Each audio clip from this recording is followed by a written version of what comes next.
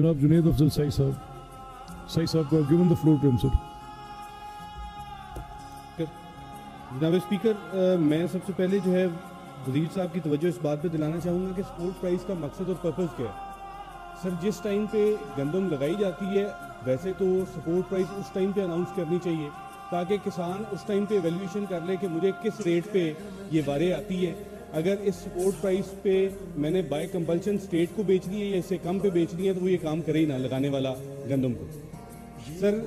यहाँ पे जो सबसे मेजर इशू है वो ये है कि अगर मैंने गंदम लगा ली होगी उसके बाद जिस टाइम पे गंदम की सरकार को ज़रूरत है इस सपोर्ट प्राइस के ऊपर गंदम लेने के लिए वो किसानों के साथ जुल्म भी करेगी, डंडे के जोर पे हमारे से गंदम प्रोक्योर की जाएगी। लेकिन अगर इन्होंने पॉलिसी जिस तरीके से अभी बनाई है कि जी सिर्फ 6 एकड़ के जिम्मेदार की, यहाँ पे काफ़ी अच्छी गुफ्तगू सबने की, आप मुझे ये बताइए कि 6 एकड़ के जिम्मेदार को क्या रिलीफ इसमें मिल रहा है। ये कहते हैं प्रपोजल दिए जाएँ, अव्वल तो इन्होंने मानने नहीं है लेकिन चंद प्रपोजल बड़े अच्छे यहाँ पे डिस्कस हुए। जिस तरह जुल्फ़िकार शाह साहब ने यहाँ पे एक प्रपोजल दिया डेफर्ड पेमेंट्स का, लेकिन डेफर्ड पेमेंट्स भी अगर स्टेट की इसी तरीके की नालायकी और नाअहली की वजह से अवाम का एतमाद खोने के लिए तो सर फिर तो नहीं होनी चाहिए। अदरवाइज स्टेट रिस्पॉन्सिबिलिटी ले और एक रेट अनाउंस करने के बाद एक टाइम फ्रेम देने के बाद जो है इंश्योर करवाए कि उस रेट पे उठाई जाएगी। दूसरा तरीक़ेकार जिस तरह मेरे भाई ने यहाँ पे कहा कि ज़रूरी एमरजेंसी लगा के आप जो है रीअप्रोप्रिएट करें फंड्स को और इस साइड पे यूटिलाइज करें, ये सिर्फ सड़कों का मसला नहीं है सर। जनाब स्पीकर, यहाँ पे सबसे मेजर इशू ये है कि जो बाबुओं की अयाशियों के ऊपर पैसे लगाए जा रहे हैं, आप सिर्फ पंजाब के उन बाबुओं की अयाशियों के पैसे इस साइड पे लगा दें। ये दफ्तरों की तज़ीनो आराइश के ऊपर मेरे सिर्फ फैसलाबाद के अंदर DC फैसलाबाद के घर की तज़ीनो आराइश के लिए 7.5 करोड़ रुपए 2 महीने के फंड के अंदर रखा गया सर। जनाब स्पीकर, मुझे बताइए कि अगर उसके घर की रेनोवेशन नहीं होगी तो क्या DC साहब काम नहीं कर सकेंगे या मर जाएंगे, लेकिन अगर गरीब किसान को उसकी मेहनत का पैसा ना मिला तो वो जरूर मर जाएगा। यहाँ पे जनाब स्पीकर मैं कहूँगा कि आप एनुअल डेवलपमेंट प्रोग्राम के अंदर जितने भी बिल्डिंग के ऊपर फंड रखे गए हैं इस तमाम को रीअप्रोप्रिएट करके ये जो अरबों रुपए है ये आप किसान से गंदम खरीदने के ऊपर लगाएं। ये महंगे कर्जे की बात हमें ना सुनाई जाए, कर्जे ना लें। मैं जनाब स्पीकर आपसे भी इस हाउस का मेंबर होने के हैसियत से ऑपोजिशन की तरफ से ये डिमांड करूंगा कि जो आप भी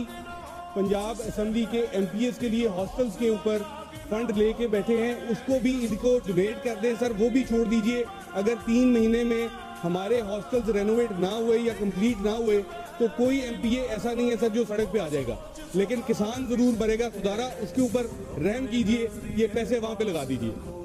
जनाब स्पीकर, एक और तजवीज़ है, ये जो गरीब किसान की बात 6 एकड़ वाले की कर रहे हैं, अगर उसको